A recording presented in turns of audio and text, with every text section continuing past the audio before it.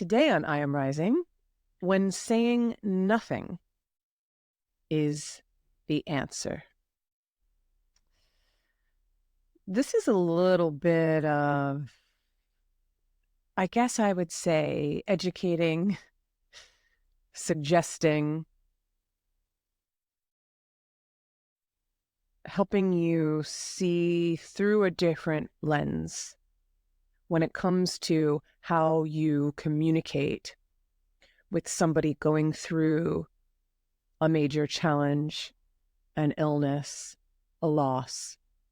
Of course, I am speaking from my experience with breast cancer and just the horror, the pain, the trauma, the sick part of it all, and what it felt like to be in that space.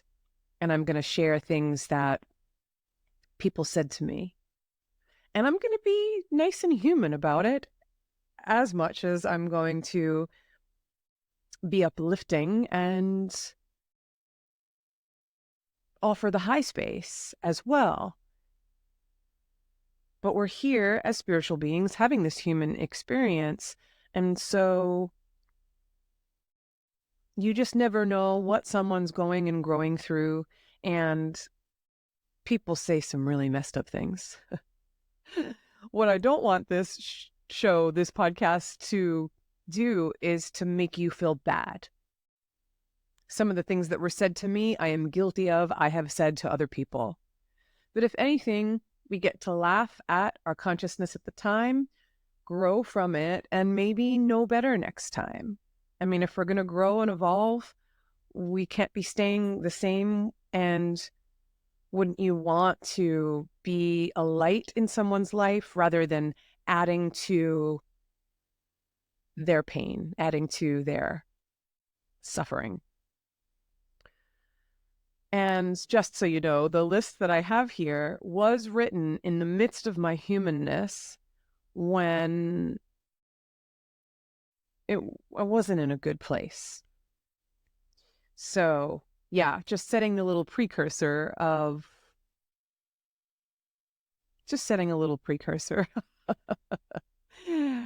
I titled it, What Not to Say to Someone You Find Out Was Diagnosed with Cancer. So we're talking quite literally my own experience. And then I even said some of these things are so unbelievably out of line. And they are. But these are things that were said to me. So I'll go through the list and then I'll talk about why saying nothing is the answer. And when I say saying nothing, let me just start by saying one of the most beautiful things that you can say to someone that's to support them is, I'm so sorry that you're feeling this. Or, I hear you and I'm listening. What do you need? Or if you're going to send a text, don't ask, how are you? On the other end, that person's going to want to punch you in the face, especially if they're in the midst of cancer, they just suffered from a loss, they're in the midst of like horrific trauma. But you can say, thinking of you and sending you love. The other thing before I read this list, you want to check in with, where are you coming from? Are you uncomfortable with the person that's sick? And so what you're saying is out of your own uncomfortability, because they feel that. And then again, less is more. Don't say anything or just say. And you just like, it's so simple. I'm so sorry you're feeling this. Is there anything else? Is there anything I can do? Or just, I'm so sorry you're going through this. Anything else, I can guarantee you're going to make it worse. Of course, depending on the situation. So, okay, here's my list. And they're not in any kind of order. But one of the ones that still I can feel a charge before I even read it is, you don't need chemo. Do you know how many people said that to me? It's like, oh, do you have a medical license now? Have you looked at my pathology? Are you an expert on that? And then holistic treatments and types of cancers and growth rates of cancers to know that I don't need chemo? Can you feel my charge? But this is stuff that happens. And a lot of people said that to me. There's a lot of judgment and shaming that's really unfortunate and sad. And until you're in someone's shoes, you need to honor where they are, who they are, and what choices they are going to make that is best for them. Yes, there are times where chemo is not needed.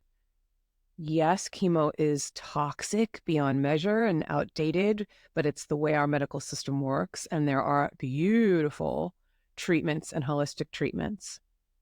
And there are various growth rates of cancer and so many other factors involved. I know a ton of people who didn't take chemo and are dead. We don't know so many things. And so to say something so harsh without knowing the facts is very, what's the word? It's very attacking. And I know for me, I don't need people that don't know what's going on saying things like that. Okay. Someone said to me, I hope your second surgery is also a laser surgery and that you're not going under the knife.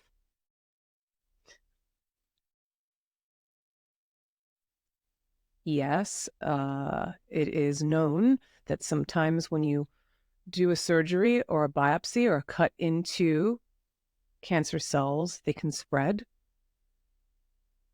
However, there's a lot of other factors involved too. Again, coming down to the diagnosis and the prognosis. So yeah, kind of the same thing I said with the chemo comment. Something else that was said to me, if you go through any conventional treatments, I will not work with you. And this, mind you, was a healer, a pretty well-known healer that I will not name, and was anything but the embodiment of love, which is always interesting. And needless to say, I at least could feel immediately after I cried, and after I cried because of how I was treated by this healer. Wow, like you get through these experiences, you really get to know yourself through the opposite, through duality, and seeing the polar opposite of really what one could or should be. I mean, at the end of the day, this particular healer doesn't know who she is, doesn't, like as A Course in Miracles would say, she's just in ignorance. She's forgotten who she is. She doesn't realize that she's love. And in love, all things are possible. She's just in the polarization and the angst and said something horrible and won't work with people if they did conventional treatments. So again, there's a like there's it's a not a one or the other, or it should be and. There should be both. Okay. Oh, I'm feeling. Can you? I'm feeling the charges coming on just when I look at it. I almost don't want to say this one because people may know who it is, but I'm going to say it. When you bring that food to your mouth, just ask yourself, am I feeding my body or am I feeding the cancer? It's like, how do people come from such fear? And I'm going to say this because my mom always says this, and I kind of hate it, but I do get it. People mean well. But then it's like you could mean well and doesn't mean it's okay in saying it, because that tormented me. I withered away to almost not eating anything because it was like, even if this is a vegetable, was it sprayed with chemicals? Even this is, how was this made? What was it next to? Like, you get to a point, and I am going to do a PTSD episode because I had it severely. Okay, the fact that I lost my hair, when people say, your hair will grow back, and I hear it grows back healthier and more full. Again, it's like I'm so sorry you're going through this. Um, Along the same lines as before, I hope you're going to treat this naturally and holistically. These are loaded statements. That's like, you don't know what's going on behind closed doors. Um, oh, I do have this one. Like, you do know chemo is liquid mustard gas. Yes, I am well aware of the toxins. I'm well aware that that cancer is a business. I'm well aware of the completely faulty system that we have, that is not healthcare. It's sick care. It's the drug cartel, which made it all the more difficult to choose it. But I didn't choose it from fear. I chose it very wisely.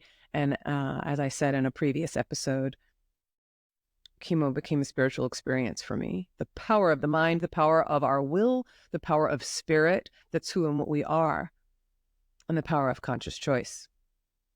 Okay, other things not to say. I said it before. How are you doing? How are you feeling today? Again, people mean well, but thinking of you and sending you love. What do you need? Okay, so the other thing that will happen when someone's ill, everybody wants to give you their remedy. Now, I've been guilty of this.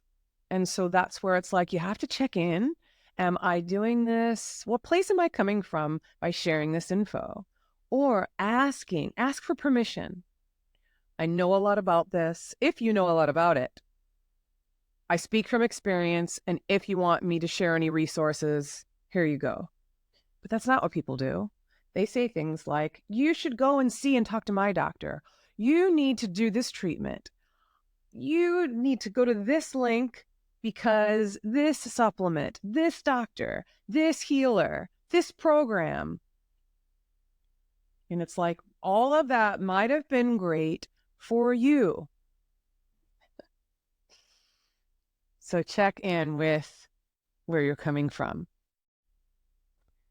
All right. Keeping going here with the list.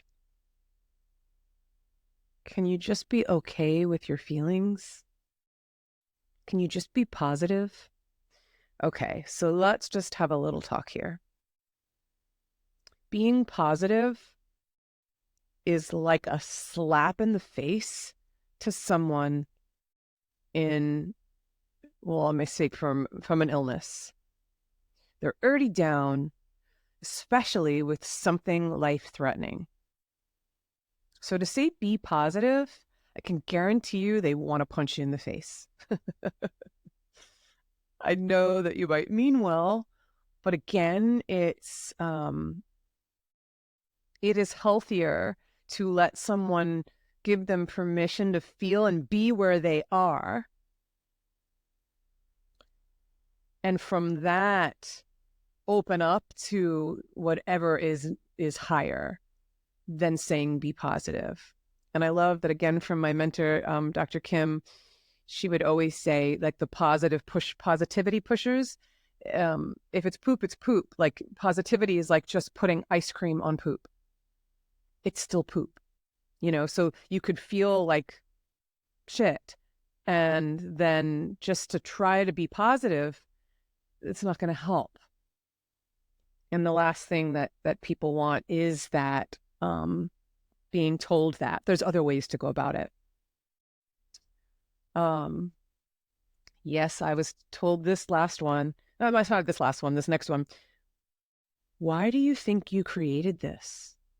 Oh, sweet Lord, for the spiritual community out there, because I was shamed more by the spiritual community than by the Western medicine doctors. The Western medicine doctors, as much as so a lot of them had me so angry, because they're still indoctrinated to a system that they believe, based on data, based on what they learned, and they believe that they're helping people, and they do help people. And parts of Western medicine helped to save my life. It wasn't all of it, but it was a piece of it. So I'm grateful for that. But the spiritual community of, your mind creates reality, your thoughts create reality, all of that BS has no place. That's like the spiritual elitism and ignorance. Why did you create this? That's a real low blow. Okay, let me see a few others here. Oh gosh, I did have someone tell me that all I needed to do was take black seed oil and have an alkaline diet and I'd be fine. So now we're getting into specifics. I was also told you just need to detox, juice, do coffee enemas, check out Gerson therapy. So Gerson is a juicing system in Arizona, I believe it is. I did check it out. Again, I just want to come back to you don't know that person's diagnosis. You don't know the growth rate of the cancer. There are so many other factors involved. And let's just, to give my, the diagnosis I had as an example. First, it's breast cancer. Second, it's a growth rate unheard of, like as far as how fast growing it is. Holistic treatments, especially juicing, take time. When the cancer growing in the body is so fast growing, you don't have that time. Do I believe in miracles? Yes. Is there radical remissions that happen? Absolutely. The book's amazing. You should read it. And you can have an integrative approach if that's what's best for you. That's going to give you the time based on what is growing inside your body. All the juicing in the world may or may not help certain cancers. And then I have people say, every day is one step closer to you getting through this. Just think you're almost halfway there. God doesn't give you anything you can't handle. Tomorrow's a new day. All these beautiful, beautiful, meaning well things. I get it. I'm just doing this show, one, like I said, to educate you, but also to pour a little light on the fact that when you see someone going through something, it was 2 years. So it's a long time. Really, it was a 3-year journey for me, but 2 years. First year, is all physical healing. Second year, mental and emotional healing. Harder than the physical year of healing. And loved ones don't want to see you going through that.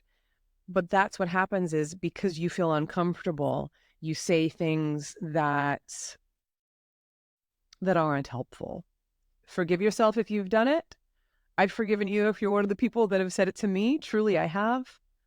But how can you stay in your lane? How can you fill yourself up with letting yourself feel what someone sick brings up for you, feeling that, and then being there to be the pillar of light for them, honoring them and what they might need. So this is really just an education for you to listen more, say less, honor where that person is.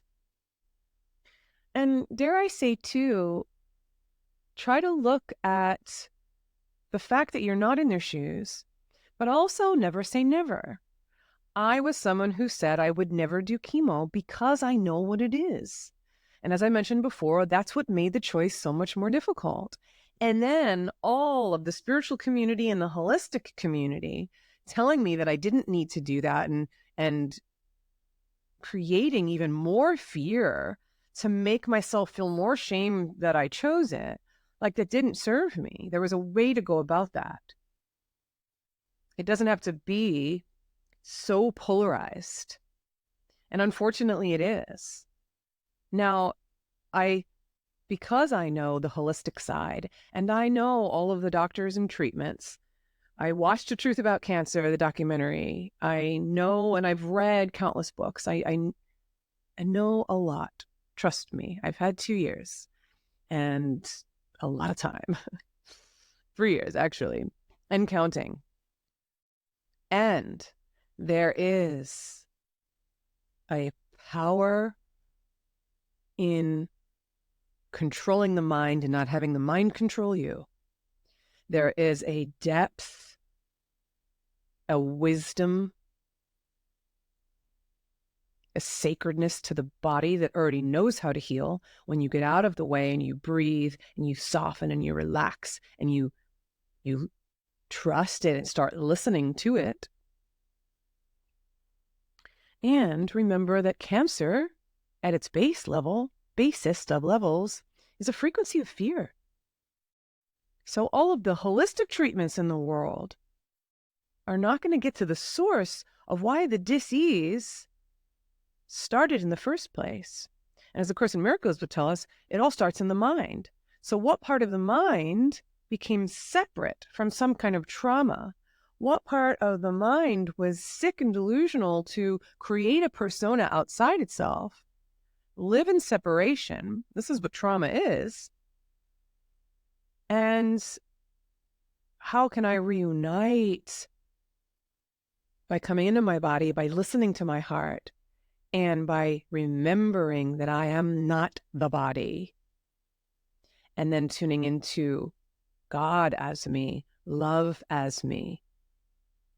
So you're honoring where that person is. You're never saying never, because you don't know what you would do until it is your experience. And it doesn't matter all that you know. When you have the actual experience, you get to make those conscious choices for you. And you get to take in all the information around you and then let it go, so you can get quiet with your body, quiet with your heart, quiet with God, quiet in the stillness, which is where God speaks. And that can be really difficult when you go into the stillness and there's all the chatter. But all that chatter is there so you can bring it to the stillness so it can dissolve into that space of healing that you become when you align with your body, with your heart, and with God. Then you're operating from oneness. Then you're operating from unity. And from that space, everything is just an experience that you get to go through and grow through and kick and scream through and cry through, but also laugh and rejoice through and come out the other side just as I have, with a solid foundation based in and with and as living light itself, unconditional love, divine health and wholeness, thriving, thriving, thriving, not just surviving. So I'll end on how I started.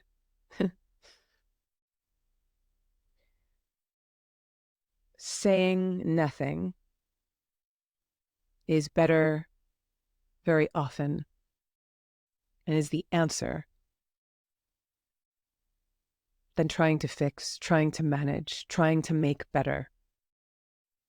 You can't fix the situation, and it's not your job to. You can offer love and healing support by just your presence, by your prayer. And that's another one, and I'm glad I brought that up here at the end. Letting someone know you're in my prayers. I pray for you every day. That touched my heart.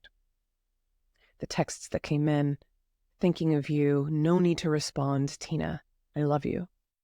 That was just like, because know this, as I get a little emotional, I remember laying there, so sick, so limited, in pain, blurred vision, chemo brain that felt like I had a stroke.